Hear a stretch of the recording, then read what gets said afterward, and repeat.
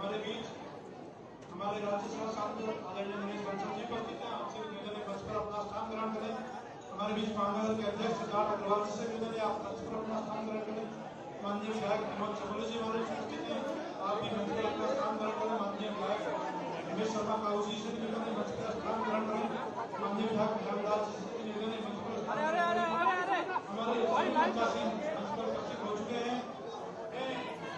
इस कार्यकर्ता भारतीय जनता पार्टी महानगर द्वारा आयोजित कार्यकर्ता संवाद एवं समझता भोज कार्यक्रम में मैं सभी से निवेदन कृपया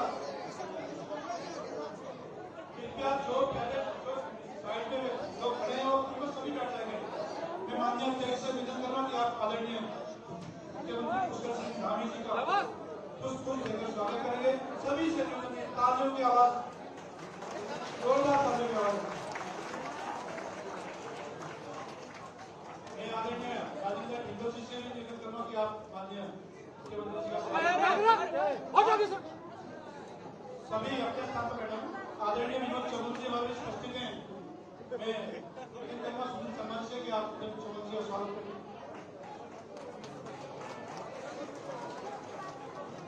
मेरा महामंत्री आदरणीय सुरेंद्र राणा जी से निवेदन है माननीय मुख्यमंत्री जी का यार पीछे से भी खींच सकते हैं फोटो और बदलने वाले भाई शर्मा जी से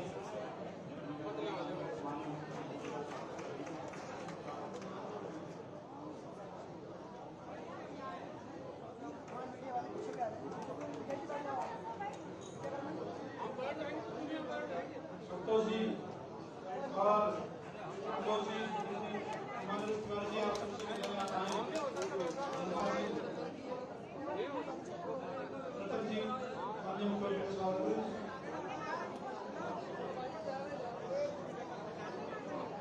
सभी से निवेदन है कृपया सभी व्यवस्था बनाएं। आज बड़ा हर्ष का विजय है कि भारतीय जनता पार्टी महानगर देहरादून द्वारा आयोजित आज कार्यकर्ता संवाद एवं समझता भोज कार्यक्रम में माननीय मुख्यमंत्री जी हमारे बीच उपस्थित हुए हैं। और आज माननीय मुख्यमंत्री जी आज हम सभी कार्यकर्ताओं के मन की बात हमारे अपने संवाद के माध्यम से सुनेंगे और आप सभी के बातों का मैं सभी से निवेदन करूंगा कि सभी शांति बनाए रखेंगे। सभी अपने mobile switch off. Govind Mohan ji से निवेदन है। भैया पीछे आ जाओ पीछे संदीप जी चाहिए। मैं सभी से निवेदन करूंगा आप सभी अपने स्थान पर वंदे मातरम के लिए सभी खड़े होंगे।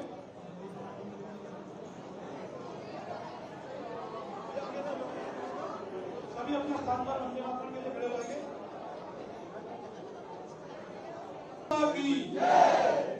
मेरा सभी पदाधिकारीगणों से निवेदन है कृपया सभी अपना स्थान ग्रहण करेंगे और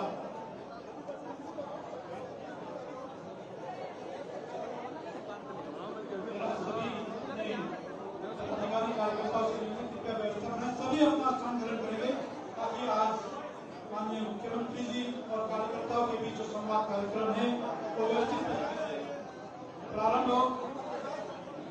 सभी बैठ जाएंगे, सभी नीचे बैठेंगे।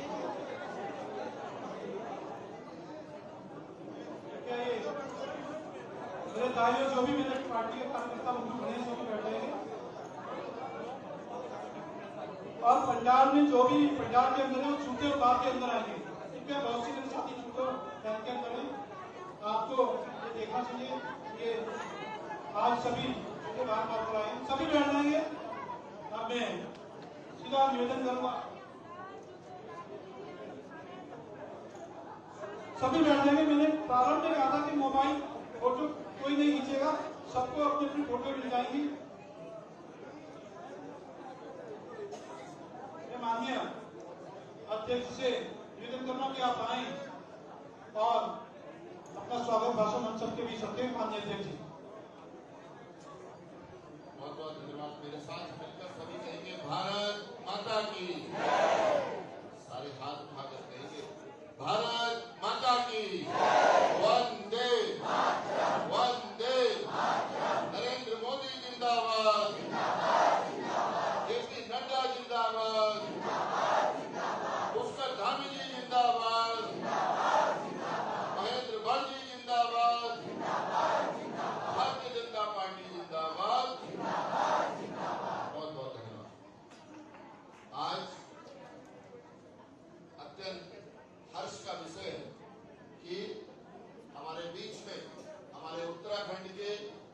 यशस्वी मुख्यमंत्री माननीय पुष्कर सिंह धामी जी हमारी भारतीय जनता पार्टी महानगर के कार्यकर्ताओं के साथ सीधा संवाद करने के लिए, उनकी बात सुनने के लिए और अपनी बात कहने के लिए हम सबके बीच में उपस्थित हैं। ऐसे माननीय मुख्यमंत्री जी का बहुत बहुत स्वागत और अभिनंदन। एक बार दोनों हाथ उठाकर जोरदार तालियां बजाकर उनका स्वागत करेंगे, क्योंकि मुझे ऐसा लगता है कि ये हमारे इतिहास में पहली बार ऐसा हो रहा होगा कि हमारे माननीय मुख्यमंत्री जी हम सबके आग्रह पर हम सबके बीच में हम सबसे बातचीत करने, संवाद करने के लिए उपस्थित हुए हैं।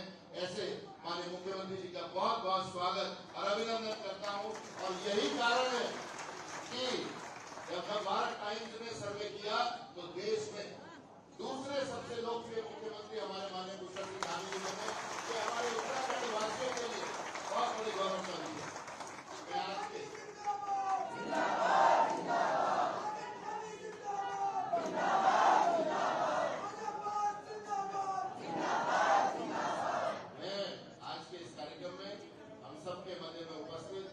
राज्यसभा के सांसद और भारतीय जनता पार्टी के राष्ट्रीय सह कोषाध्यक्ष ऐसे माननीय नरेश बंसल जी का भी बहुत बहुत स्वागत और अभिनंदन आज के इस कार्यक्रम में करता हूँ। हमारे मध्य में उपस्थित राजपुर विधानसभा से स्थानीय विधायक आदरणीय खजानदार जी हमारे बीच में, आपका बहुत बहुत स्वागत और अभिनंदन मैं आपके इस कार्यक्रम में करता हूँ। हमारे बीच में धर्मपुर विधानसभा से बहुत ही सम्मानित विधायक आदरणीय विनोद चमोली जी हमारे बीच में है, आपका भी बहुत बहुत स्वागत अभिनंदन। हमारे बीच में रायपुर विधानसभा से बहुत ही सम्मानित विधायक आदरणीय उमेश शर्मा साहू जी उपस्थित हैं, आपका स्वागत अभिनंदन। हम सबके मध्य में टेंट विधानसभा से बहुत ही सम्मानित विधायक हम सबके गांव स्वरूप आदरणीय सविता कपूर जी उपस्थित है, आपका भी स्वागत अभिनंदन। हमारे बीच में दायित्वधारी आदरणीय विनोद उनियाल जी उपस्थित है, आपका बहुत बहुत स्वागत अभिनंदन। हमारे युवा मोर्चे की राष्ट्रीय उपाध्यक्षा जोशी जी उपस्थित है, आपका स्वागत अभिनंदन। हमारे बीच में डॉक्टर आरके जैन साहब उपस्थित है, आपका भी स्वागत अभिनंदन। आज के कार्यक्रम में करते हैं हमारे बीच में भारतीय जनता पार्टी के प्रदेश के कोषाध्यक्ष आदरणीय पुनीत मित्तल जी उपस्थित है, आपका स्वागत अभिनंदन। हमारे बीच में प्रदेश के मंत्री आदरणीय आदित्य चौहान जी उपस्थित है, आपका बहुत बहुत स्वागत अभिनंदन। देखिए ताली पीछे वाले नहीं बजा रहे। हमारे बीच में देहरादून महानगर के निवर्तमान महापौर आदरणीय सुनील उनियाल गामा जी उपस्थित है, आपका भी बहुत बहुत स्वागत अभिनंदन आज के कार्यक्रम में करते हैं। हमारे बीच में सरकार में दायित्वधारी आदरणीय विश्वास जाधव जी उपस्थित है, आपका भी बहुत बहुत स्वागत अभिनंदन। हमारे बीच में छात्र समिति के महामंत्री आदरणीय डॉक्टर आदित्य कुमार जी उपस्थित है, आपका स्वागत अभिनंदन। हमारे बीच में चौधरी अजीत सिंह जी उपस्थित है, आपका स्वागत अभिनंदन। हमारे बीच में प्रदेश के पूर्व महामंत्री आदरणीय अनिल गोयल जी उपस्थित है, आपका बहुत बहुत स्वागत अभिनंदन करते हैं। पूर्व जिला अध्यक्ष आदरणीय गोयल जी उपस्थित है, आपका स्वागत अभिनंदन। नाम सभी के लिए जा सकते हैं, भारतीय जनता पार्टी महानगर का एक एक नाम मुझे कंठस्थ है, वो दिखाने का विषय नहीं है, लेकिन मैं आप सभी का आज के इस संवाद कार्यक्रम में बहुत बहुत स्वागत और अभिनंदन करता हूँ। मेरा निवेदन आप सभी से है कि अब मैं बहुत देर ना बोलते हुए, कार्यक्रम सबको पता है, डिटेल सबको बताई गई है। माननीय मुख्यमंत्री जी आज हम सबकी जो बातें हैं, हम सबके सुझाव हैं, भारतीय जनता पार्टी के कार्यकर्ता क्या अपनी सरकार के बारे में सोचते हैं और क्या अपनी सरकार से चाहते हैं, इस संवाद के लिए हमारे बीच में आए हैं। क्या भविष्य हमारे उत्तराखंड का जो तीसरा दशक इस सदी का उत्तराखंड का दशक है वो और चरितार्थ कैसे किया जाए मोदी जी के कथन को, उसके लिए हमारे बीच में है।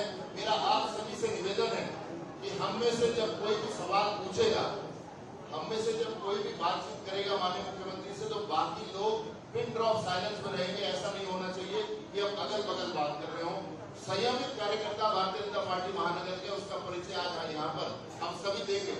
मेरा इसी बात के साथ मैं बहुत ज्यादा अधिक समय न लेते हुए मैं अपनी बात को समाप्त करता हूं। मेरे साथ एक बार जोरदार नारा लगाएंगे, जय उत्तराखंड, जय उत्तराखंड। बहुत बहुत धन्यवाद। धन्यवाद आदरणीय अध्यक्ष जी। मैं धन्यवाद करना चाहूंगा माननीय अध्यक्ष जी का भी कि आप अध्यक्ष जी द्वारा जो आज संवाद कार्यक्रम माननीय मुख्यमंत्री जी और कार्यकर्ताओं का रखा गया है, आपने कार्यकर्ताओं के मन की बात सुनी और माननीय मुख्यमंत्री जी और कार्यकर्ताओं के बीच सुंदर संवाद कार्यक्रम आयोजित किया है। अब मैं सीधे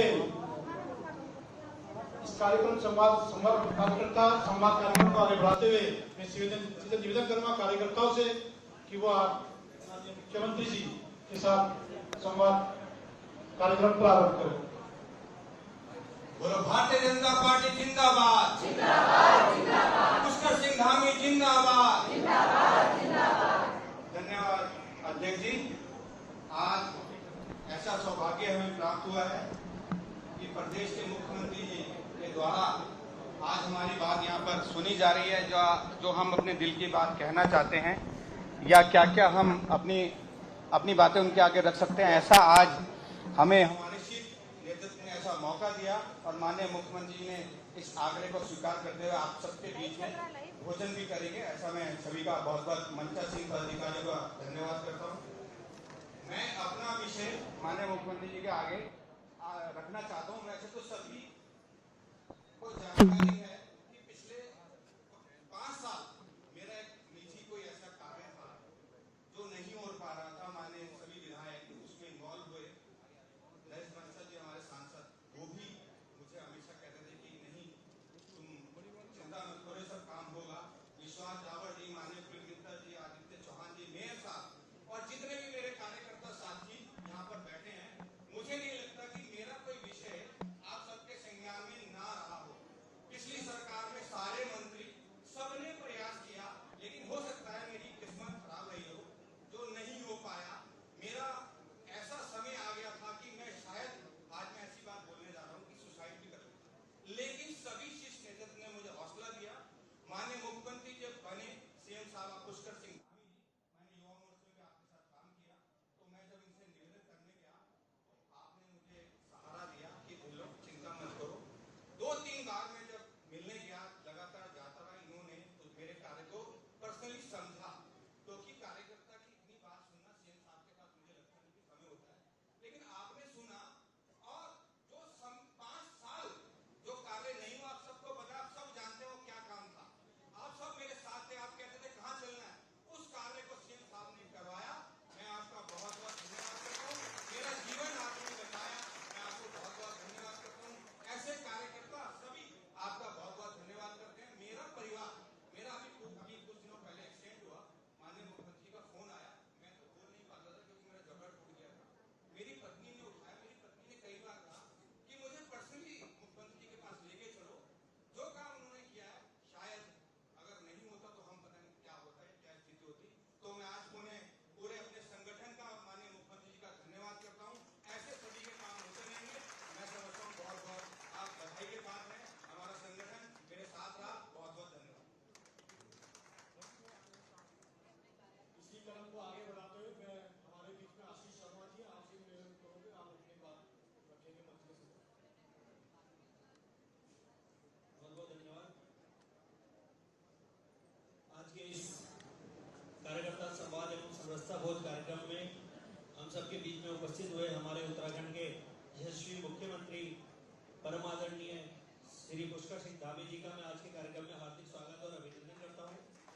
मेरा निवेदन, मेरा विषय कोई ऐसा विषय नहीं है। मैं सिर्फ आपके सम्मुख जो आपके द्वारा चलाई जा रही जो योजनाएं हैं, उनमें से कुछ प्रमुख योजनाएं हैं जिनका मैं दिल से फैन हूँ, वो मैं आपके बीच में रखना चाहता हूँ।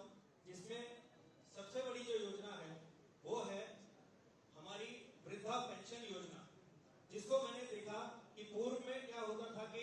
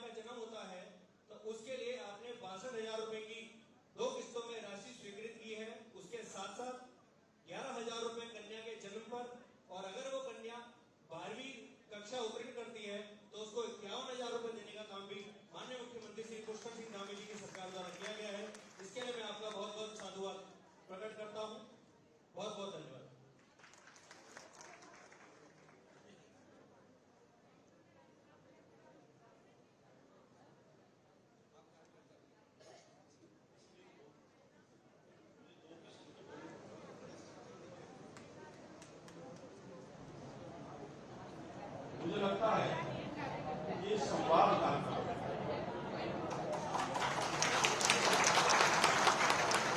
सरकार की और मुख्यमंत्री जी की प्रशंसा का कार्यक्रम नहीं है।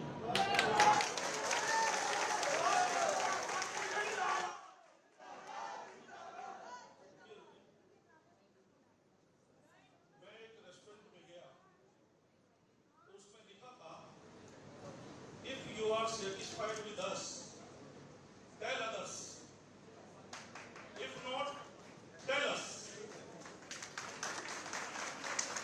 योजनाएं जो प्रभावी है समाज के लिए, सबके लिए, जनता के बीच में जाकर जनता को समझाना और बताना।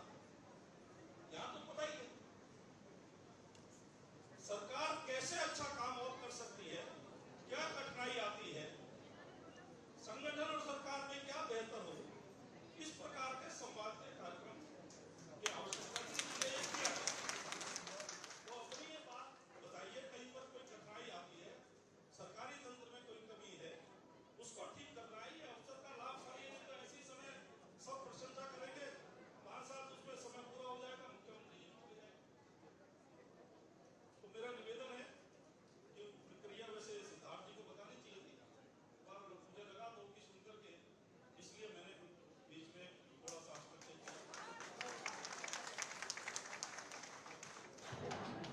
सभी हमारे महानगर के जितने भी मंडल हैं, उस मंडलों से करीब लोग जो है, जैसा भाई साहब ने बताया, जो चुनौती आ रही है, जो परेशानी आ रही है, या कहीं पर हम कुछ और कर सकते हैं, सुझावात्मक तरीके से, या आपके स्कूल में कोई ऐसी परेशानी आती है जिसमें आपको लगता है कि भाई हमें परेशानी होती है, इसका क्या समाधान हो सकता है, और भी जो चीज़ें हैं आप बता सकते हैं। और शॉर्ट में, ज़्यादा ऐसा नहीं करना है कि ये मंच आसीन, बस सम्मानित मंच, ठीक है। 1 मिनट में अपनी बात कहनी है। हाँ, एक संबोधन की आवश्यकता नहीं है, अपना नाम बताइए, बस आगे से बढ़िए, नाम और दायित्व।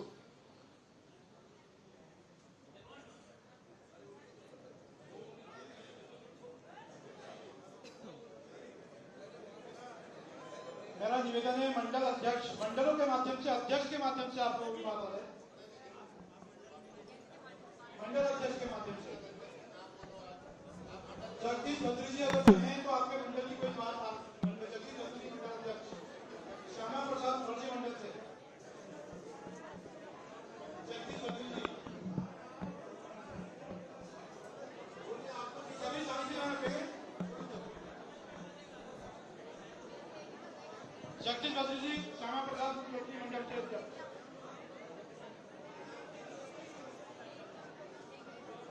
आज के इस कार्यक्रम में उत्तराखंड के युवा यशस्वी आदरणीय मुख्यमंत्री सहित बहुत ही सम्मानित मंच का मैं हार्दिक स्वागत अभिनंदन करता हूँ।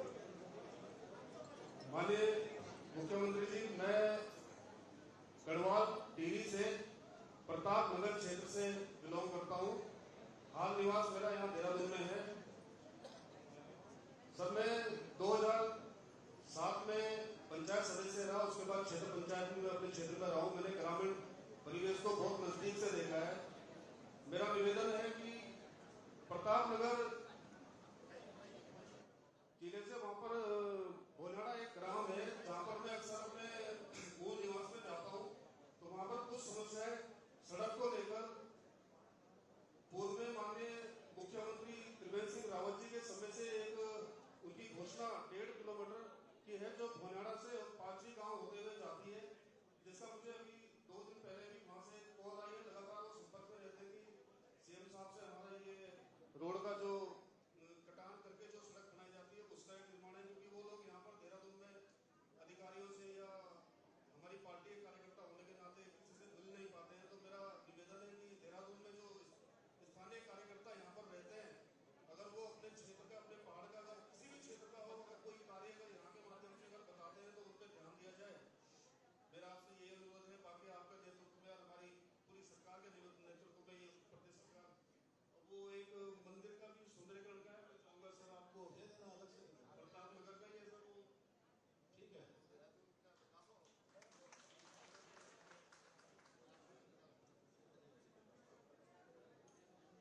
मेरा आग्रह है, बहुत अच्छा कार्यक्रम है। तो सड़क की तय करेगा, सब बोलेंगे तो रात हो जाएगी। दूसरा, जब हम मंडल अध्यक्ष को बुलवा रहे हैं तो उसको समझ में आना चाहिए मेरे मंडल के बारे में बात हो रही है, गांव के बारे में बात नहीं हो रही।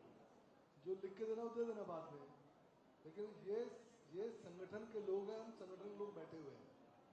हम संगठनात्मक दृष्टि से भी आपके सुझाव चाहते हैं, तो समस्याओं की दृष्टि से भी चाहते हैं, ताकि उन सुझावों पर काम करके हम और प्रभावी ढंग से जनता के बीच में जा सके, काम कर सकें। इसलिए जो भी जिम्मेदार पदाधिकारी बात कर रहा है वो थोड़ा सा बड़ी स्तर की बात करे, वो सिर्फ अपने गली मोहल्ले और अपनी सड़क पर सीमित न रहे, मेरा ये आग्रह है। धन्यवाद विधायक जी। और हमने सामाजिक बात करें, इससे सबको लाभ मिल सकता है, बड़ी बात है। हमने मंडल अध्यक्षों के माध्यम से ही मंडल की बात बुलवाने का, श्यामा प्रसाद मुखर्जी मंडल से कोई व्यक्ति कोई एक और, लेकिन सबसे निवेदन है कृपया सूक्ष्म में अपनी बात रखें और सूक्ष्म में अपनी बात। श्यामा प्रसाद मुखर्जी मंडल। भारत माता की। सम्मानित मंच, समय के अनुसार थोड़ा सा समय मिला है। महोदय, मैं तो केवल एक बात कहना चाहूंगा, मैं पूरे प्रदेश के मामले में कहना चाह रहा हूँ। मैं चाहता हूँ मुख्यमंत्री जी, पूरे प्रदेश में एक ऐसी योजना चलाई जाए जिससे कि जैसे छत्तीसगढ़ में रमन जी को चावल वाले बाबा के नाम से जानते हैं और शिवराज चौहान जी को मामा जी के नाम से जानते हैं, ऐसी कोई योजना चले जिसमें कि हर क्षेत्र में पूरे उत्तराखंड में एक ही नाम चले कि धामी जी धामी जी धामी जी। क्योंकि कहने को बहुत कुछ, लेकिन 2 लाइनों में कह रहा हूं कि शब्दों को अधरों पर रखकर मन का भेद न खोलो, मैं आंखों से सुन सकता हूं, आप आंखों से तो बोलो। धन्यवाद। अभी मैं माननीय मुख्यमंत्री हमारे बीच अम्बेडकर मंडल के अध्यक्ष भाई पंकज शर्मा जी। माननीय मुख्यमंत्री जी का मैं हार्दिक स्वागत करती हूँ, मंचासीन सभी महानुभावों का। माननीय मुख्यमंत्री जी, आपका ध्यान आकर्षित करना चाहूंगी कि आपने 2022-23 में जो वित्तीय वर्ष था उसमें एक कीर्तन मंडलियों के लिए एक योजना चलाई थी, जिसमें 1 लाख रुपए प्रत्येक जिले को आपने आवंटित किए थे। उसके बाद एक तो उसमें कमी ये रही कि जिलाधिकारियों को उसकी जानकारी नहीं थी। जिलाध्यक्ष जी ने मेरे साथ लग करके यहाँ मंडलियों को वो पैसा पहुंचाया। उसके बाद वो योजना दोबारा लागू नहीं हुई। मुझे लगता है कि पहली बार तो किसी व्यक्ति ने इतनी गहराई से सोचा कि मंडलियों को भी सम्मान मिलना चाहिए, क्योंकि पहले सनातन संस्कृति का जो प्रचार प्रसार होता है वो मंडलियां ही करती है, अपने बच्चों में सनातन संस्कृति को भरने का कार्य।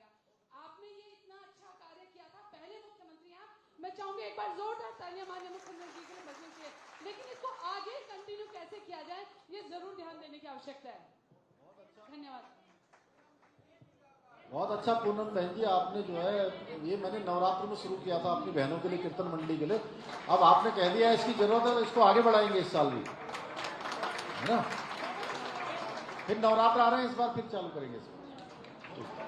प्रदेश के युवा मुख्यमंत्री आदरणीय पुष्कर सिंह धामी जी को हम सब महिला मोर्चा की ओर से बहुत बहुत बधाई और नमस्कार करते हैं आपका। माननीय मुख्यमंत्री जी, हमारा एक ही सवाल है, वो है प्रदेश हित में। मैं चाहती हूँ कि मेरा पूरा प्रदेश आपके कार्यकाल में उन्नति पे है और एक हमारा भू कानून का जो बेड़ा है इसमें आपने सहयोग करना है। धन्यवाद।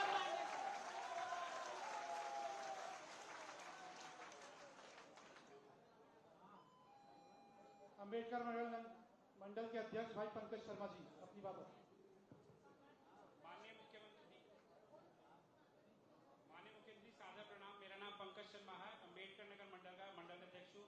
महोदय, हमारे यहाँ दर्शनलाल चौक से और सहारनपुर चौक तक अत्यधिक जल भराव होता है और इस बाबत माननीय विधायक जी ने एक प्रस्ताव भी भेज रखा है जो 1.5 साल से शासन में ही लंबित है और उसका 2 बार एस्टीमेट भी बन चुका है। एक बार पहले एस्टीमेट बना, फिर उसमें दोबारा रिवाइज एस्टीमेट बना है।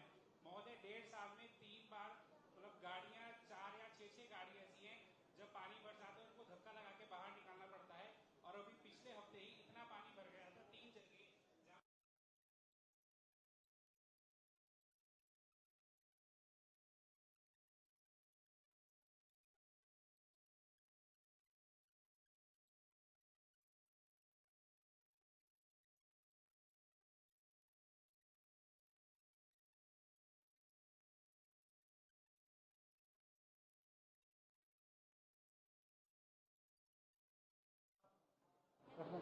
कोई एक व्यक्ति, और सूक्ष्म में 1 से 1.5 मिनट की बात रखिए।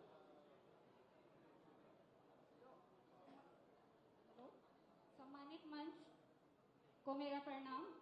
माननीय मुख्यमंत्री जी, मेरा जो वार्ड नंबर 23 है वो घना बस्ती क्षेत्र है, तो मैं चाहती हूँ कि वहाँ की सीवर की समस्या बहुत बनी हुई है। तो 4 इंची 6 इंची पाइप पड़े हुए हैं। मैंने ये लेटर में लिखा है कि आप उनको 12 इंची या 8 इंची करवा दें तो शायद समस्या सुलझ जाएगी। और साथ ही मैं एक और कहना चाहती हूँ कि माननीय प्रधानमंत्री जी द्वारा जो राशन कार्ड बनाए जा रहे हैं तो वो भी सुलझाने की कोशिश करेंगे। धन्यवाद। करणपुर मंडल से राहुल अध्यक्ष राहुल दारा जी, करणपुर मंडल अध्यक्ष राहुल दारा जी। धन्यवाद भाई साहब। मेरा एक छोटा सा सुझाव ये था, जैसे हमारी राष्ट्रीय विधानसभा है, भौगोलिक दृष्टि से हमारी विधानसभा के अंतर्गत नदी रिश्तना व बिंदा नदी आती है, जिसमें हर वर्ष बरसात के समय में अनेक समस्याओं का उत्पन्न होती है, जिससे कई जनमानस की भी हानि पहुंचती है। तो मेरा आपसे अनुरोध है इसका कोई स्थायी निवारण निकाला जाए। साथ ही साथ मेरा एक आपसे अनुरोध है, जैसे कि आपने देखा है कि हमारा देहरादून एक शांति प्रिय प्रदेश के नाम से जाना गया है, पर लगातार काफी समय से यहाँ पे लगातार जो बाहर के लोग यहाँ पर आ रहे हैं और उनके द्वारा जो यहाँ पे अनेक प्रकार की गतिविधियां चल रही है। चाहे आप सैटरडे की बात करें, तो आज मैं एक युवा होने के नाते आपको बतलाना भी चाहूंगा कि प्रत्येक शनिवार हमारे जो राजपुर रोड गिरा जाता है, आज वहाँ पे भाई साहब एक बड़ी समस्या उत्पन्न हो रही है। हर एक शनिवार वहाँ पे युवाओं के द्वारा, जो बाहर के युवा आ रहे हैं, चाहे वो हरियाणा के हों चाहे वो यूपी के हों, अनेक प्रकार की यहाँ पे गतिविधियां चल रही हैं, जिनका पुलिस के द्वारा कोई लगाम नहीं लगाया जाता। और उसके फलस्वरूप हम लोग देखते हैं कभी कहीं लड़ाई झगड़े के माध्यम से बंदूकें चल रही हैं, कभी कुछ हो रहा है, तो कहीं ना कहीं एक बहुत बड़ी समस्या है। तो हमारे देहरादून को बचाने का आप इसमें प्रयास करें, मैं आपसे ही उम्मीद करता हूँ। धन्यवाद।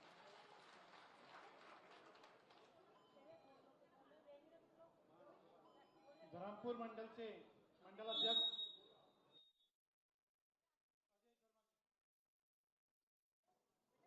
हेलो, नमस्कार मुख्यमंत्री जी, मेरा नाम अजय शर्मा है, मैं धर्मपुर नगर मंडल का मंडल अध्यक्ष हूँ। मेरी जो मंडल में समस्या है, एक आरओबी भंडारी बाग में फ्लाईओवर बनने जा रहा है, लेकिन वो काफी समय से विलंब स्थिति में हो चुके हैं, लेकिन अभी तक तैयार नहीं है। उसकी वजह से काफी समस्या आ रही है और ट्रैफिक भी बहुत जाम रहता है।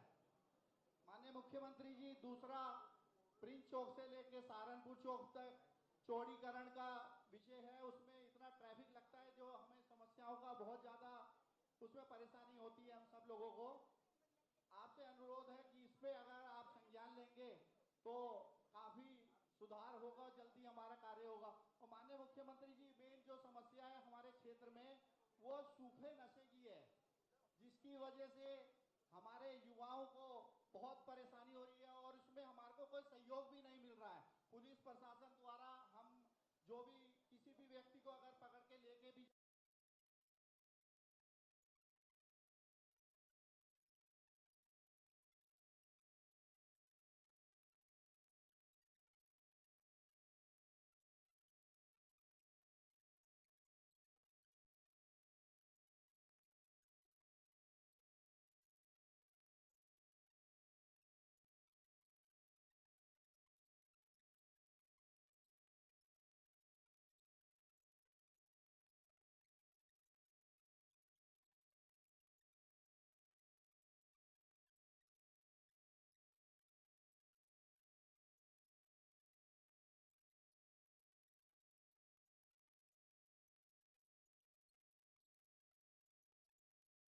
उसमें 24 घंटे जाम की स्थिति रहती है और असामाजिक तत्वों द्वारा दुकानों को काफी आगे तक बढ़ा दिया गया है, ताकि वहां पे पूरा जाम, रात को नशे की प्रवृत्ति पूरा दिखता है, नशा वहां पर कोई देखभाल करने।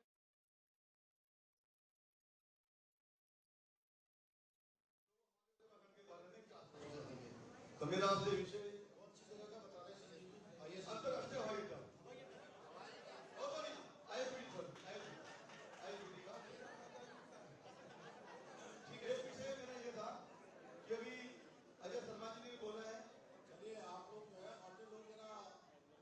बना लेंगे और जब कोई बोल रहा है तो खाली इसको हंसी मजाक मत बनाइए। मैं भी गंभीरता से सुन रहा हूँ, अगर आप लोग भी थोड़ा सुनेंगे तो अच्छा रहेगा, हम लोगों को भी पता रहेगा हमारा क्या क्या समस्या है। ठीक है, और उधर भी जरा देख लीजिए थोड़ा ठीक से। धन्यवाद सर। एक विषय मेरा ये था, अभी अजय शर्मा जी ने बोला है कि प्रिंस चौक से लेके आप सहारनपुर चौक तक चौड़ीकरण कर रहे हैं, वो हो रहा है, तो उसको थोड़ा सा आगे तक अगर आप और लाएंगे, वो हो रहा है नाले तक, तो थोड़ा सा और सही रहेगा। बगल में तो पूरी की पूरी रह जाएगी, और शिफ्टिंग की कार्रवाई हो रही है, जल्दी हो रहा है। ठीक है, धन्यवाद।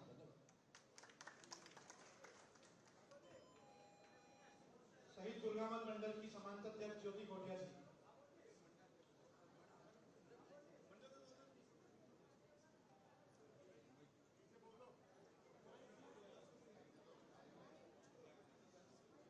क्या हुआ? ये नीरज सेठी भी कुछ बोल रहे थे क्या? अब ठीक है, अब तक अरे वाह, बिल्कुल फिट लग रहे हो। मैडम एक विषय रखना चाह रहा था, थोड़ी सी बरसात होती है तो निरंजन को मंडी से लेके ISBD तक पानी का इतना जल भराव होता है, 2-4 लोगों की डेथ भी उसमें हो चुकी है। माननीय विधायक जी ने उसमें बहुत संघर्ष करा और उसके पैसों की भी वो की व्यवस्था आपको भेजा भी प्रस्ताव है। अगर ISBD माजरा से जो नाला है थोड़ा चौड़ा हो जाए और ISBD में पानी की जो व्यवस्था थोड़ी सी बरसात में भी घुटनों पानी हो जाता है, वो व्यवस्था ठीक हो जाती है। ठीक है, ठीक है, बहुत अच्छा। सम्मानित मंच को मेरा नमस्कार। माननीय मुख्यमंत्री जी, शहीद दुर्गामल नगर मंडल से क्योंकि मंडल अध्यक्ष को ये जिम्मेदारी दी गई है, तो 2-3 विषय लेकर मैं आपके सामने आई हूँ। एक तो न्यू मिट्टी बेड़ी क्या कर ये शहीद दुर्गामल मसूरी विधानसभा में आता है IM, इसमें हमारे जो 30 वर्ष पहले हमें फैमिली प्लानिंग के दौरान उन्हें जमीन दी गई थी, निर्माण करके वो रह रहे हैं, मगर IMA द्वारा, शासन द्वारा उन्हें किसी भी कार्य को करने की अनुमति नहीं है और उन्हें हर चीज के जब पुस्तावी की जाए तो उन्हें परेशानी होती है। तो जबकि उन्हें वो जमीन कुल्लू पानी में दे दी गई है, मगर IMA शासन द्वारा हर बार रोका जाता है। तो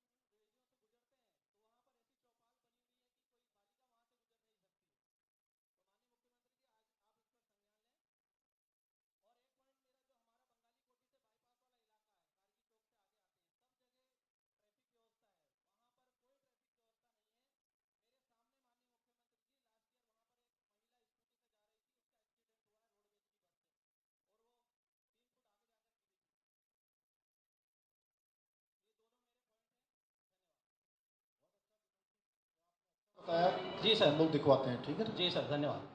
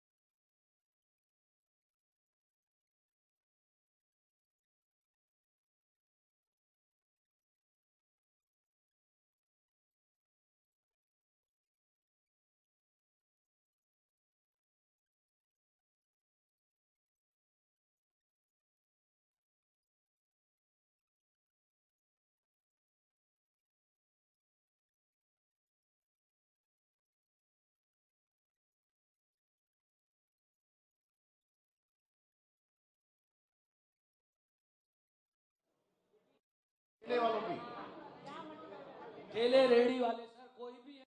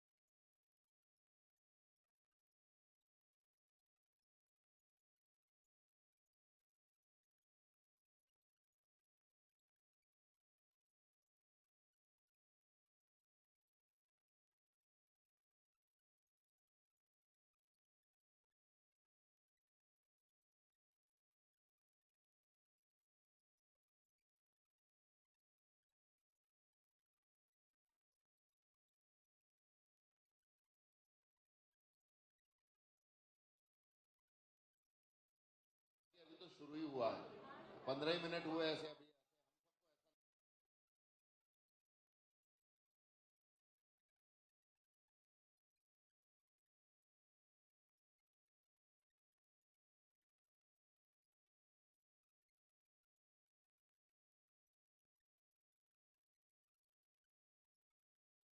हो सके मैं माननीय मुख्यमंत्री जी से निवेदन करता हूं कि वे हम सबको, किसको, ममता जी बोलो, आप बोलो।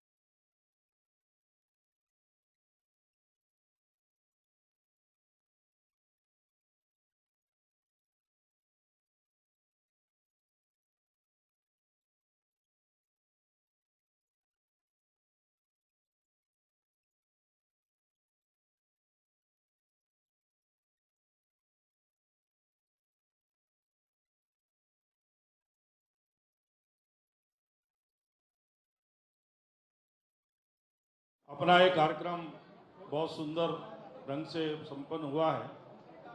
आपने देखा होगा अनेक सभाओं में हमारा एक उत्साही कार्यकर्ता कोटद्वार का मनोज जखमोला, वो अपने शरीर पर पार्टी का जो ध्वज का रंग है वो पूरा पेंट करके और पूरा कमल का चिन्ह बना करके अनेक सभाओं में, कार्यक्रमों में उत्साह के साथ दिखाई देता है। उसका उत्साहवर्धन करने के लिए मैं उसे आमंत्रित कर रहा हूं कि वो मंच पर आए और माननीय मुख्यमंत्री जी से मैं निवेदन कर रहा हूं कि उसको पटका पहना करके सम्मानित करें। वो उत्साही कार्यकर्ता साहब उससे प्रेरणा लेते हैं। मैंने अनेक वीडियो में देखा है उसको, पूरे शरीर पर उसका पार्टी का रंग और ध्वज और पार्टी का चुनाव चिन्ह रहता है उसमें।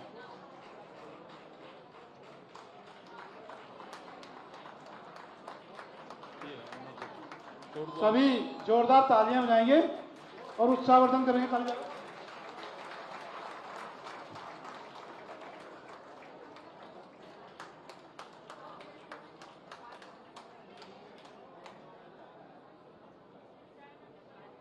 एक निवेदन और सुझाव कार्यकर्ता के रूप में मेरा भी है कि उत्तराखंड पूरे विश्व में देवभूमि है और योग की भूमि है। पूरे विश्व में योग को लेकर हम विख्यात हैं।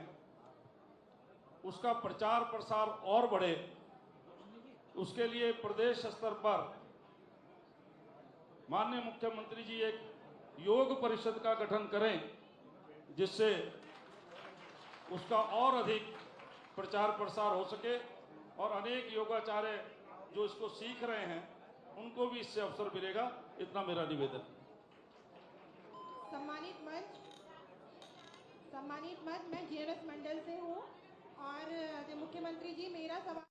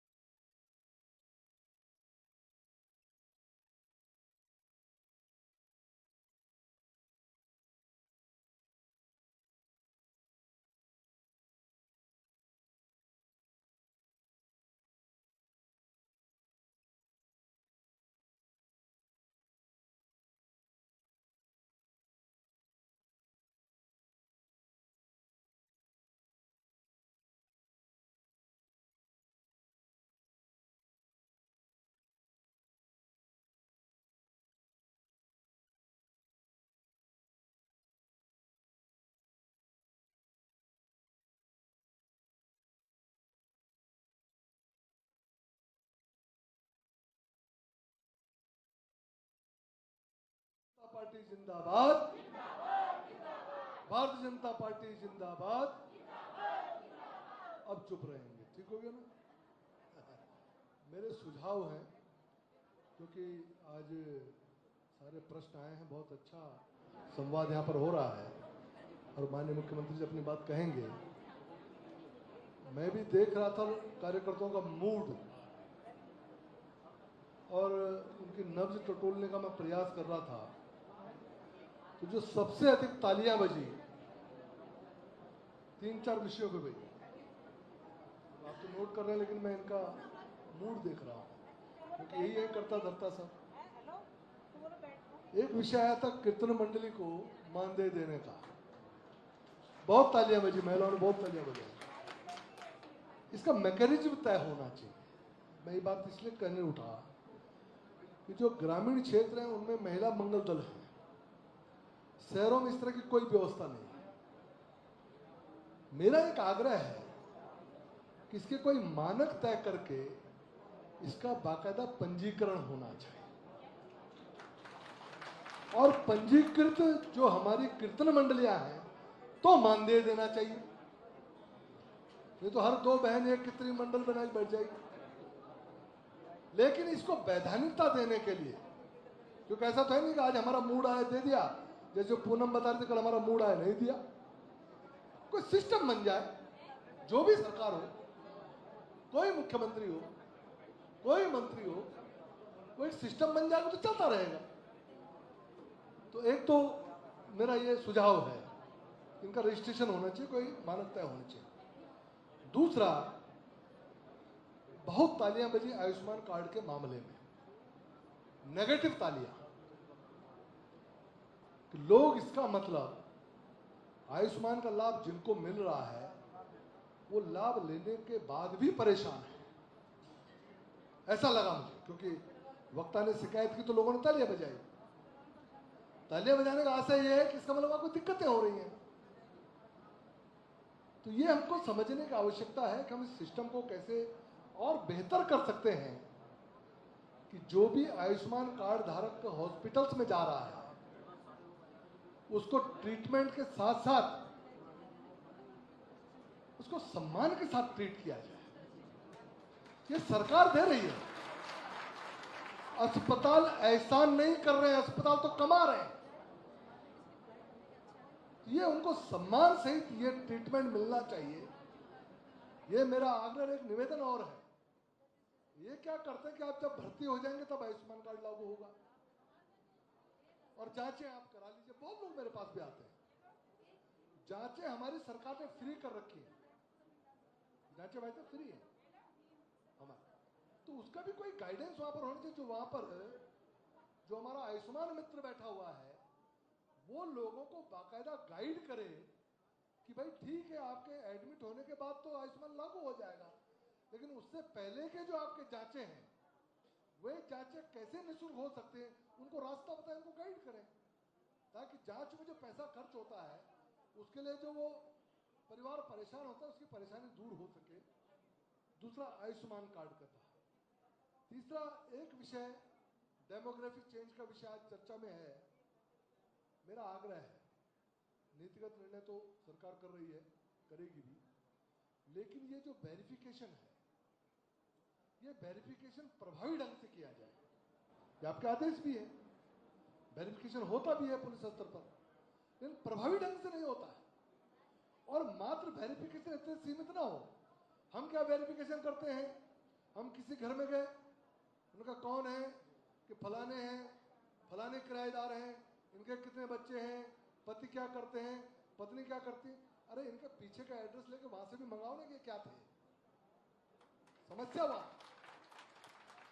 कोई भी क्रिमिनल आके यहाँ बैठ जाएगा, ठीक है, मेरे पास उसका नाम पता होगा, लेकिन वो पिछले से कैसे चला आ रहा है, उसके क्या ट्रैक रिकॉर्ड है, उसका क्या कैरेक्टर है, कोई बड़ा अपराधी तो नहीं है। तो वेरिफिकेशन यहां से नहीं, उसके मूल जिले से जरूर करवाइए।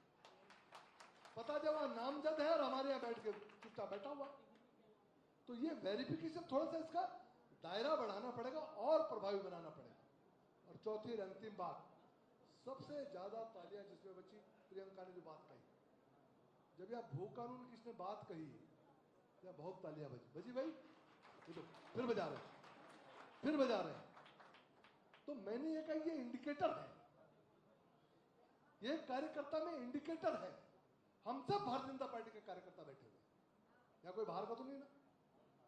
अब हम भारतीय जनता पार्टी के कार्यकर्ता अगर हम 99% इस पर ताली बजा रहे हैं, अपना मूड समझना चाहिए।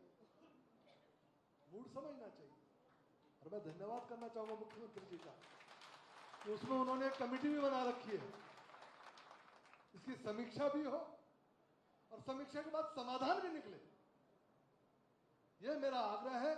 और क्योंकि हम चार दीवारी के अंदर बैठे हुए हैं, इसलिए मेरा आग्रह है कि बहुत संवेदनशील मुद्दे प्रदेश में इस समय उभर रहे हैं, उन मुद्दों का समय पर समाधान कर दिया जाए, कल वो समस्या में ना बदले। ये मेरा मीडिया बुला दिया आप लोगों ने, हम तो चार दीवारी में बैठे हुए, क्यों भाई, ये तो परिवार का सम्मान है। कुल मिला के इन मुद्दों पर कहीं ना कहीं गंभीरता से विचार करने की आवश्यकता है, यही मुझे निवेदन करना है।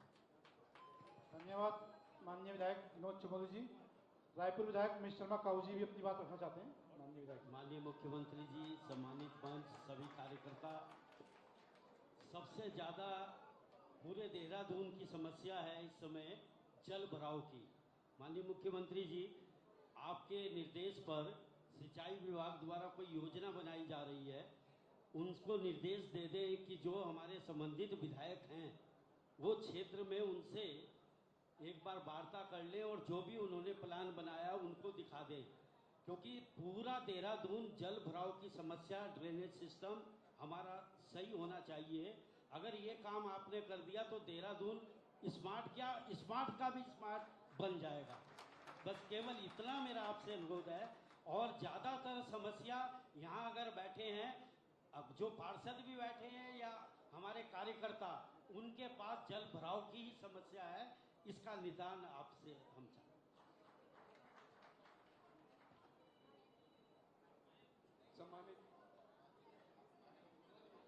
मैं माननीय मुख्यमंत्री से निवेदन करता हूं कि वे हम सब के बीच में अपना मार्गदर्शन रखेंगे और हम सबको एक स्वर्णिम देहरादून की तरफ अपने दिशा निर्देश देंगे। बहुत बहुत धन्यवाद। माननीय पुष्कर धामी जिंदाबाद, धाकड़ धामी जिंदाबाद।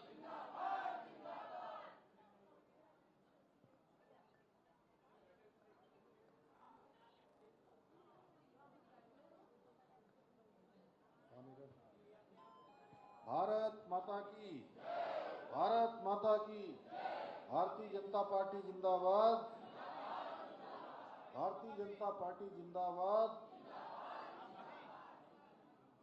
आज भारतीय जनता पार्टी महानगर के इस संवाद एवं सभी के साथ सहभोज समरसता भोज के इस कार्यक्रम में मंच पर आसीन भारतीय जनता पार्टी के महानगर के अध्यक्ष भाई सिद्धार्थ अग्रवाल जी और हमारे बहुत वरिष्ठ नेता राज्यसभा के सांसद राष्ट्रीय कोषाध्यक्ष आदरणीय नरेश बंसल जी, हमारे राजपुर क्षेत्र के लोकप्रिय विधायक आदरणीय खजानदास जी, धर्मपुर क्षेत्र के लोकप्रिय विधायक आदरणीय विनोद चमोली जी, रायपुर क्षेत्र के हमारे बहुत ही लोकप्रिय विधायक आदरणीय उमेश शर्मा काऊ जी, माननीय विधायक कैंट आदरणीय सविता कपूर जी, पुनीत मित्तल जी, आदित्य चौहान जी, श्री सुनील उनियाल गामा जी, विश्वास डावर जी, आदित्य कुमार जी, डॉक्टर आदित्य कुमार जी, अजीत जी, डॉक्टर जैन साहब एवं मंच पर आसीन हमारे सभी हमारे पदाधिकारीगण और सामने बैठे हुए हमारे सभी ज्येष्ठ श्रेष्ठ सभी पदाधिकारीगण, सभी हमारे मोर्चों के सभी प्रमुख कार्यकर्ता भाइयों एवं बहनों, मैं सबसे पहले तो आज आप सभी का इस बैठक में अपनी ओर से आप सबका स्वागत करता हूं, आप सबका अभिनंदन करता हूं। और मेरा मन तो था कि और भी ज़्यादा देर तक सुनूं, आपकी अलग से सुन लेंगे। वैसे आज थोड़ा सा मैं एक कार्यक्रम से और आ रहा हूँ, थोड़ा मेरा गला भी बैठा हुआ है, लेकिन फिर भी मेरा मन था कि कम से कम 3 घंटे तक जो है आपके साथ बैठूँगा। लेकिन क्या है कि पहले से कुछ कार्यक्रम निर्धारित हो गए और मैं 12 बजे यहाँ आना चाह रहा था। 11 से 12 बजे तक गवर्नर हाउस में कार्यक्रम था, लेकिन वो कार्यक्रम थोड़ा लेट हो गया 1 घंटे, इसलिए मैं विलम्ब से पहुँचा। लेकिन उसके बावजूद भी आप सब लोगों ने, बहुत सारे कार्यकर्ताओं ने, मुझे लगता है कि अच्छी संख्या में हर एक मंडल से, राजेंद्र ढिल्लो से शुरू होकर लास्ट में हमारे आदरणीय चमोली जी और आदरणीय काऊ जी के बाद से इसका समापन हो रहा है। और मैंने सब लिख लिए हैं, इसमें सबके नाम भी लिखे हैं, और जिसने जो कहा है उसके आगे वो बात भी करी है, जल भराव की बात करी, कहीं ठेलों पर जो है आपने कहीं भी लगकर जो है ट्रैफिक ख़राब करने की बात हुई, कहीं पर हमारे योग भूमि की बात हुई, आयुष्मान कार्ड का मामला आया, बंगाली कॉलोनी और ट्रैफिक की बात आई, ठेलों पर शराब वाली भी, चौपाल वाली जो बात आई, हमारे जो है जाम की स्थिति, ISBT निरंजनपुर मंडी और रायपुर क्षेत्र, तपोवन क्षेत्र, अनेक क्षेत्रों में, सभी का मैंने इसमें नोट कर लिया है। और बहुत अच्छे अच्छे सुझाव आप सब लोगों के बीच में से आए हैं। और ये मेरी आज इस प्रकार की चौथी बैठक है। पहली बैठक मैंने हल्द्वानी में करी थी, जिस दिन मैं यहाँ धर्मपुर मंडल में एक वृक्षारोपण का कार्यक्रम था, उसी कार्यक्रम के बाद शाम को, और वहाँ भी मैंने कोशिश करी कि सभी हमारे जो भी प्रमुख कार्यकर्ता हैं, केवल उन्हीं के साथ बैठकर उनकी बात सुनी जाए और उनके सुझाव भी लिए जाएं। और कई बार, बहुत बार हमारा परसेप्शन होता है, कई बार हम परेशान भी होते हैं और हमारी कोई सुनने वाला नहीं होता है। तो इसलिए मैंने तय किया है कि मैं स्वयं भी जैसे जैसे समय मिलेगा, प्रत्येक ज़िले के हिसाब से वहाँ के जो प्रमुख कार्यकर्ता हैं, जो भी एक सूची बनेगी, उस सूची के अनुसार सबसे मिलूँगा।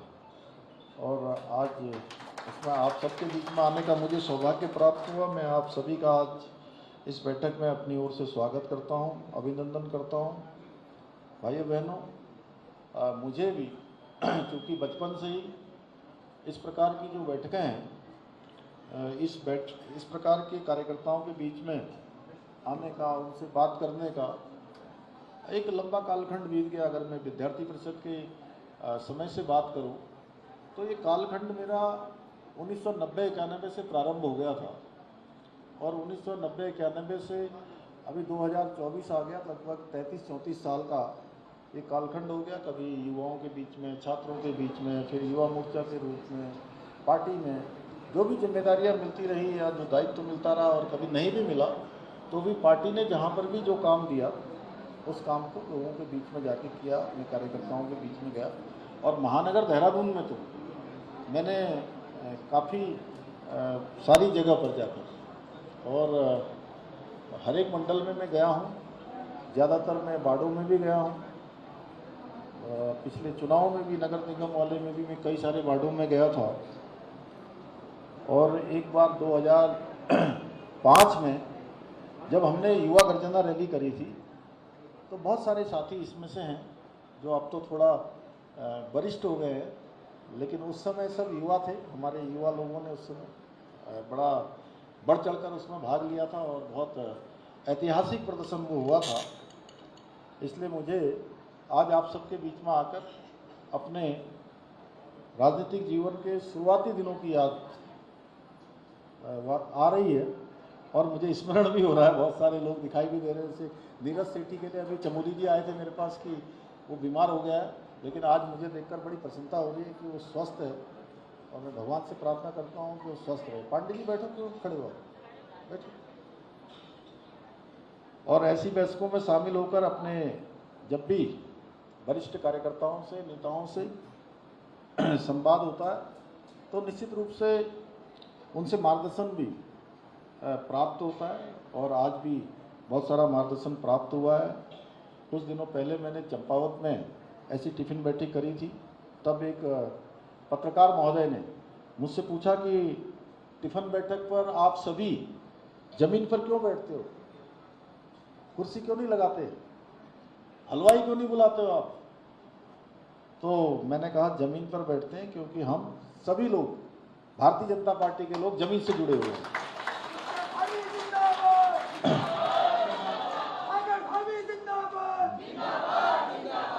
वास्तव में जब हम कार्यकर्ताओं के बीच में इस प्रकार से बैठते हैं, संवाद करते हैं और एक दूसरे का घर से लाया हुआ भोजन करते हैं, ऐसी अनुभूति होती है कि जैसे कोई हम लोगों में से बड़ा नहीं है, कोई छोटा नहीं है, कोई विधायक नहीं, कोई मंत्री नहीं, कोई मुख्यमंत्री नहीं, कोई पदाधिकारी नहीं, सब हम एक दूसरे के सहयोगी हैं।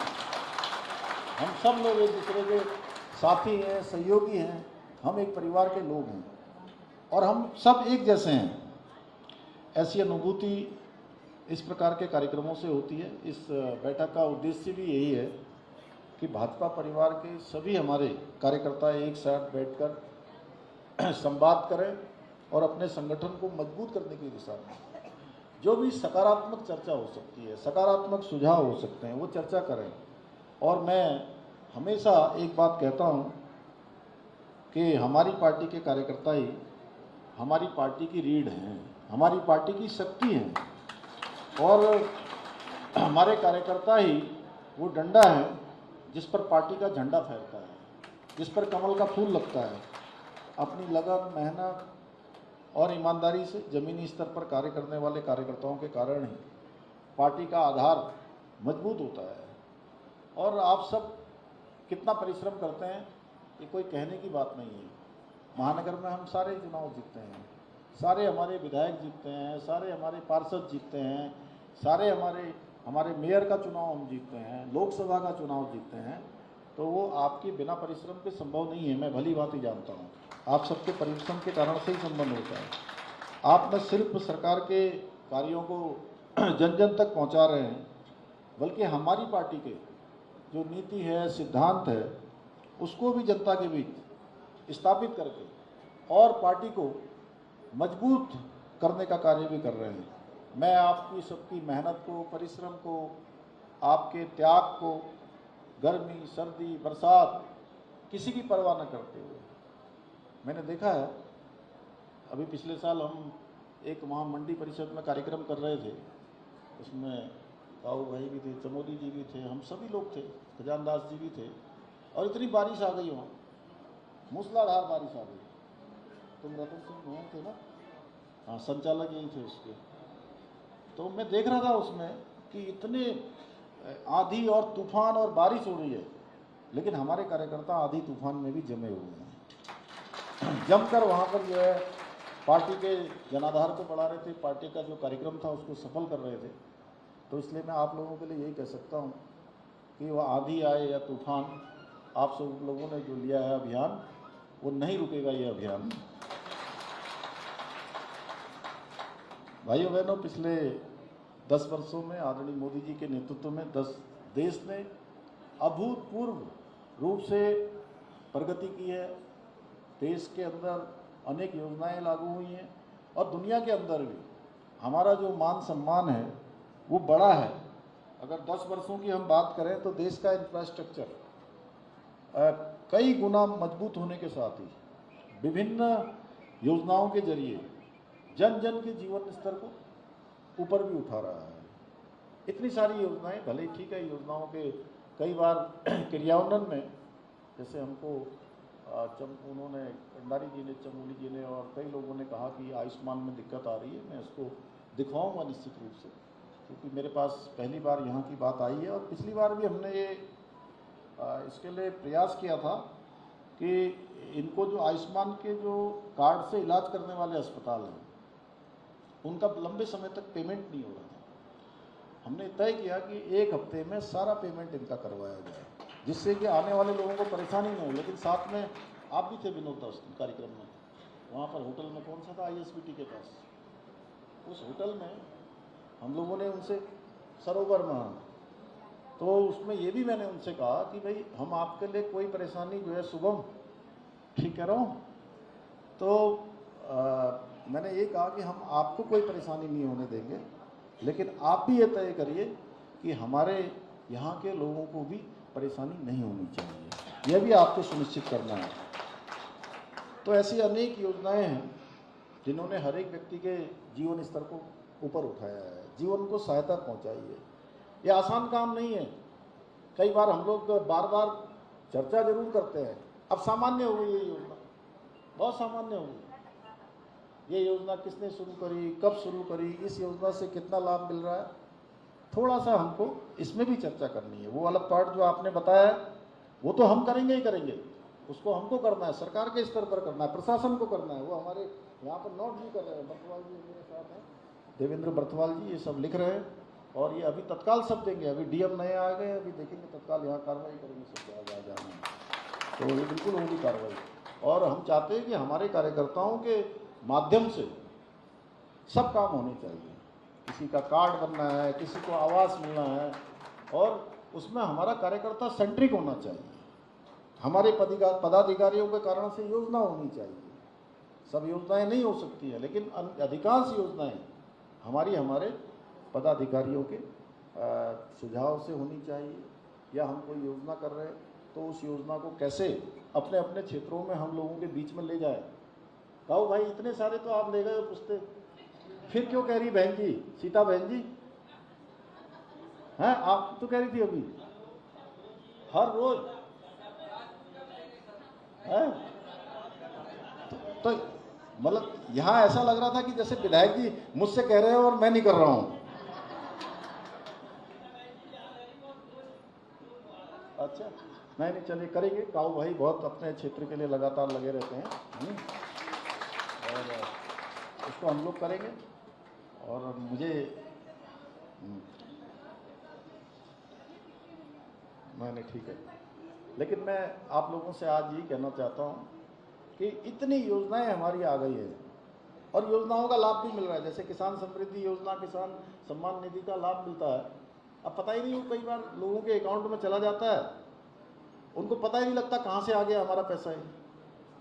आखिर हमारे मोहल्ले में कितने लोगों को प्रधानमंत्री आवास मिला है, कितने लोगों को अभी हम जो गैस सिलेंडर की जो योजना लाए हैं, 3 गैस सिलेंडर साल में हम बीपीएल परिवारों को 1,84,000 परिवारों को, एक कम संख्या नहीं होती, 1,84,000 परिवारों का मतलब आप समझ लीजिए कि कम से कम 10 लाख वोटों तक हम पहुंच रहे हैं।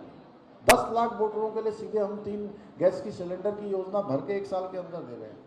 हम लोगों को अपने अपने वार्ड में, अपने अपने मोहल्ले में, अपने आसपास ऐसी सूची बनानी चाहिए कि किन किन को इस योजना का लाभ मिल रहा है। आखिर कभी तो हमारा उनसे मिलना हो, उनको बताया। आप लोग जब बताओगे नहीं तो वोट कैसे उनसे मांगोगे? आप इस समय वोट मांगने जाओगे तो आप क्या कहोगे? और उनको सीधे सीधे योजना मिलनी चाहिए। सरकार सरलीकरण की बात करती है, लेकिन सरलीकरण में भी हमारे पदाधिकारी, हमारे कार्यकर्ता वो कहाँ फिट हों उस सिस्टम में। उस सिस्टम में आप लोगों का भी व्यक्तित्व बढ़े, उस मोहल्ले वाले को लगे जिसको योजना का लाभ मिल रहा है। तो हमारे को तो जो है सीता बहन जी ने मेरा पुस्ता बनवा दिया, या मेरे बड़ोला जी ने जो है मुझे वो दिलवा दिया, या शुभम ने मुझे जो है कोई योजना दिलवा दी है। कोई अलग अलग जो है लोगों को जब तक ये एहसास नहीं होगा तो आप लोगों की भूमिका प्रभावी नहीं होगी। मैं तो ये मंच से भी कहता हूँ और मैंने भी इसको आत्मसात कर रहा हूँ। मैं भी कोशिश कर रहा हूँ कि मैं भी उसी दिशा में काम करूँ। मेरा तो आप सब लोगों से भी करवत प्रार्थना है कि इस थ्योरी को हम सबको अपनाना है। ये थ्योरी, इसके पीछे जो बैठक कर रहे हैं, ये बैठक कोई अंतिम बैठक नहीं है। अभी अगर किसी दिन और जरूरत पड़ेगी, महानगर अध्यक्ष जी जब आप लोग कहेंगे तब दोबारा बैठ लेंगे, कोई ऐसा नहीं है यहाँ पर। ये तो महानगर में तो हम लोग 365 दिन में से मेरे ख्याल से 100 दिन हाँ, तो यहाँ तो हमारे रोज कार्यक्रम है। तो इसलिए भाइयों बहनों, आज हमारा देश कनेक्टिविटी के क्षेत्र में, अर्थव्यवस्था हमारी 5वें नंबर की हो गई और हमारा प्रयास है, प्रधानमंत्री जी हमारे संकल्प लेकर आगे बढ़ रहे हैं कि 3रे नंबर की अर्थव्यवस्था भारत को बनाना है। अंतरिक्ष विज्ञान का क्षेत्र हो, चंद्रयान हो हमारा, ऐसे हमारे अनेक टेक्नोलॉजी के क्षेत्र में बड़े बड़े काम हो रहे हैं। और ये काम कोई साधारण काम नहीं हो रहे हैं, ये काम विश्व के बड़े बड़े देशों को टक्कर दे रहे हैं। आज आपने देखा होगा इस पूरे चुनाव में जो दुष्प्रचार हुआ, जिस प्रकार से मोदी जी को रोकने के लिए विश्व की वो सारी शक्तियां इकट्ठी हो गई जो नहीं चाहती थी कि भारत महाशक्ति बने, भारत एक बड़ी अर्थव्यवस्था बने। उसके लिए उन्होंने हर हथकंडे अपनाए, बहुत सारा दुष्प्रचार किया गया। हमारा तो पहले चरण में चुनाव हो गया, मैं उत्तर प्रदेश भी गया, मैं दिल्ली में भी था, हरियाणा में भी था, महाराष्ट्र में भी था, मैं अनेक राज्यों में गया। वहाँ पर चला दिया कि आरक्षण खत्म होने वाला है, संविधान खत्म होने वाला है। अरे भाई, पंडित जवाहरलाल नेहरू से लेकर राजीव गांधी से लेकर उनके पूरे परिवार ने हमेशा आरक्षण के खिलाफ बात करी, हमेशा आरक्षण के लिए मुख्यमंत्रियों को उल्टी चिट्ठियां लिखी। लेकिन वो कह रहे हैं, और मोदी जी और भारतीय जनता पार्टी, जिनकी कार्यशैली में हमेशा ये रहा कि जो गरीब है, वंचित है, पिछड़े हुए हैं, छूटे हुए हैं, उन सबको लाभ देकर आगे लाना है। संविधान दिवस पहली बार देश में मनाने की प्रथा जो है माननीय प्रधानमंत्री मोदी जी ने शुरू करी। तो भाइयों बहनों, इस प्रकार का झूठ और फरेब पूरे देश के अंदर चला है, और इसके बावजूद भी आज मोदी जी तीसरी बार देश के प्रधानमंत्री बन गए। भारत की छवि आज विश्व शक्ति के रूप में उभर रही है। पूरी दुनिया के अंदर आज भारत का एक अपना अलग स्थान हो गया। कोई घटना होती है, कोई भी बड़ी घटना विश्व के अंदर होती है, तो विश्व के सभी देश ये सोचते हैं कि अब भारत का क्या रूप होने वाला है, भारत इसमें क्या बोलने वाला है।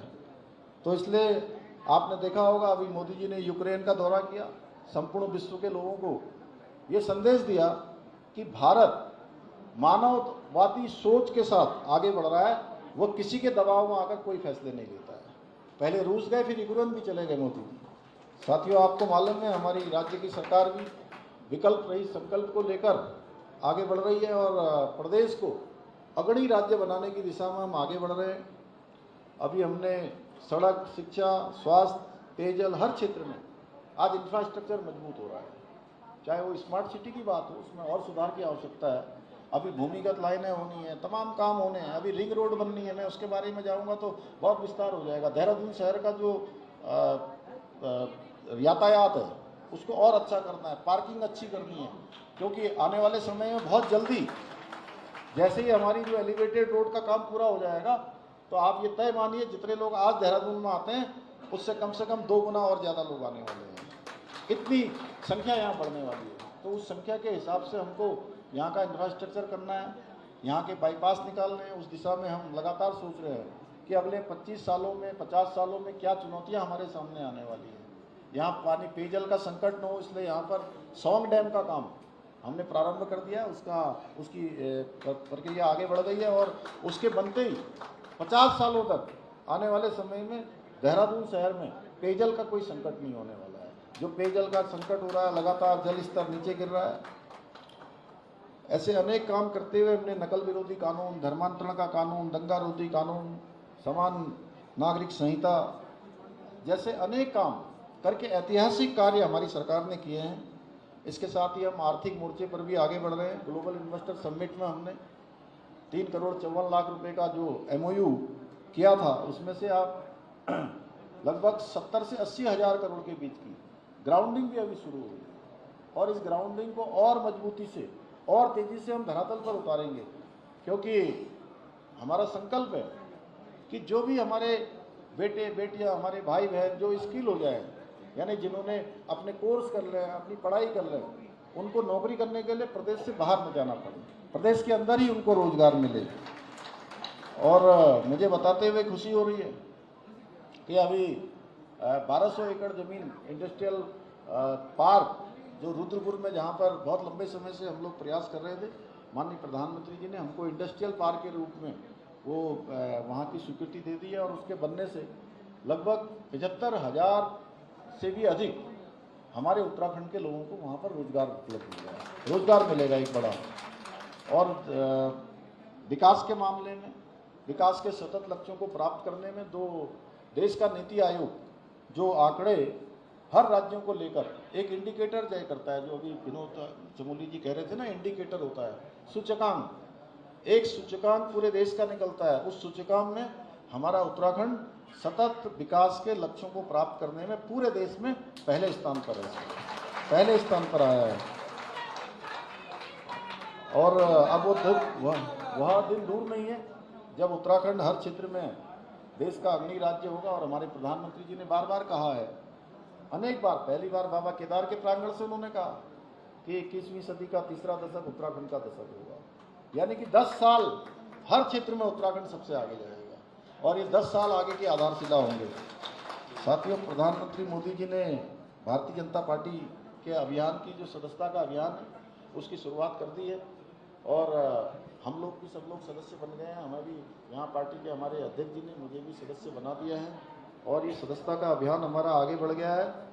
अब हम सबको मिलकर हमारे संगठन को मजबूत करना है और संगठन को प्रदेश में मजबूत करने का जो हमारा मिशन है उसमें हम सबको लगना है और ये केवल औपचारिक अभियान के रूप में इसको नहीं लेना है, इसको हमको बिल्कुल अनौपचारिक रूप से, औपचारिक रूप से, हर दृष्टि से कि हमारा भी सतत संपर्क अपने अपने लोगों से हो, अपने अपने क्षेत्रों में जाकर घर घर तक पहुंचकर लोगों को पार्टी की विचारधारा, डबल इंजन सरकार के कार्य बताते हुए पार्टी का सदस्य बनने के लिए हमको प्रेरित करना है।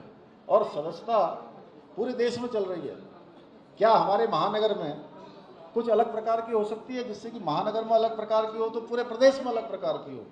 जैसे हमारे पर्वतीय क्षेत्रों में थोड़ा अभी बारिश हो रही है, आपदा का समय है, उतना उस तेज़ी से अभी वहाँ पर अभियान जोर पकड़ेगा धीरे से, लेकिन यहाँ पर कैसे हो सकता है? कुछ अच्छे सेलिब्रिटी हों, कुछ अच्छे लोग हों, उन सब के साथ की वो सब भी हमारे साथ अभियान में शामिल हो गए हैं। तो इस प्रकार का कार्यक्रम हम सबको करना है और हर एक नया सदस्य हमारे संगठन को मजबूत करेगा, इसलिए हमें इस कार्य को पूरी लगन के निष्ठा के साथ करना है। ऑफलाइन के साथ ही ऑनलाइन मोड में भी मिस्ड कॉल, नमो ऐप, वेबसाइट और QR कोड इसके जरिए पार्टी का सदस्य बनाया जा सकता है। विशेषकर मेरी युवाओं से अपील है, युवाओं से, हमारी मातृशक्ति से कि आप सब लोग सोशल मीडिया और फ़ोन कॉल के माध्यम से एक एक व्यक्ति से संपर्क करें और उन्हें भाजपा परिवार में शामिल करें। एक एक व्यक्ति को जो है हम लोग पर्सनली देखें और जिसको सदस्य बनाते हैं ये नहीं कि एक बार सदस्य बनाया और उसको भूल गए। कभी कभी सदस्य बनाने वाले लोगों का हमको हालचाल भी पूछना है, हमें उनकी चिंता भी करनी है। ये हमारी कार्य पद्धति में आना चाहिए, ये हमारे कार्य व्यवहार में आना चाहिए। जिस प्रकार से आप सभी कार्यकर्ता बंधु भाई बहन पार्टी के अन्य कार्यों में योगदान देकर पार्टी की मजबूती के लिए कार्य करते हैं, उसी प्रकार से आप सब सदस्यता अभियान को भी सफल बनाएंगे। इसी आशा और विश्वास के साथ इस बैठक को भी सफल बनाने के लिए मैं आप सबका धन्यवाद करता हूं और अपनी बात को समाप्त करता हूं। बहुत बहुत धन्यवाद।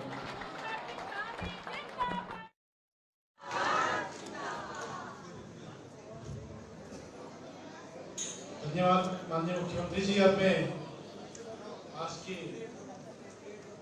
इस कार्यकर्ता संवाद के पश्चात जो हम समरसता भोज यहाँ पर होना है, मेरा सभी अपने स्थान पर बैठे रहेंगे और आज अपने अपने स्थान पर बैठकर ही हम एक साथ समरसता भोज करेंगे। सभी अपने स्थान से कोई न बैठे।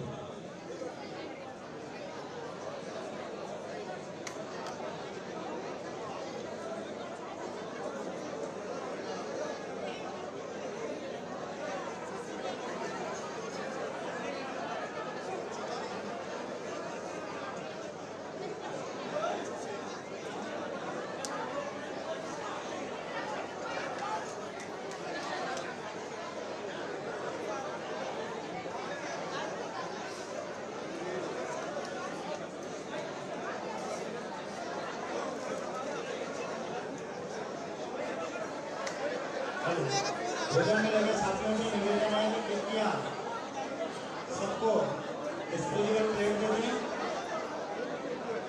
सब अपने स्थानों पर बैठे रहें।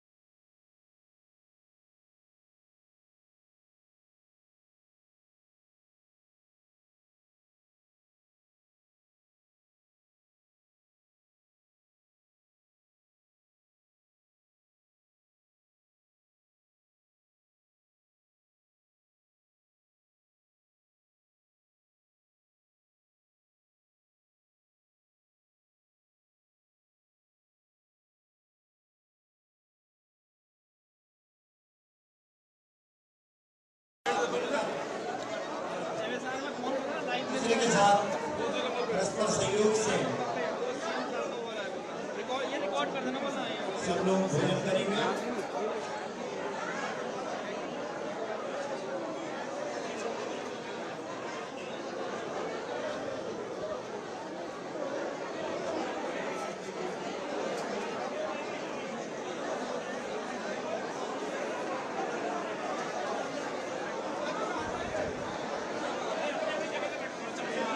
हेलो, कृपया आवश्यक रूप से आगे आए।